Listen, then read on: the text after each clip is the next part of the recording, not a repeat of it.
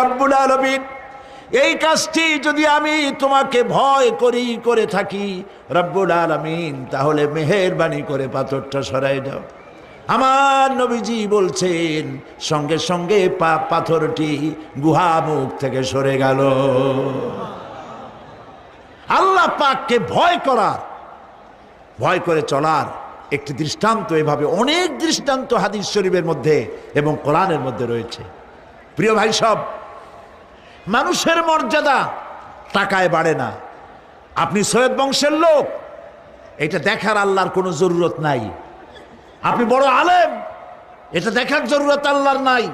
আপনি প্রধানমন্ত্রী, আপনি প্রেসিডেন্ট, দেখার কোনো দরকার আল্লাহ পাকের নাই।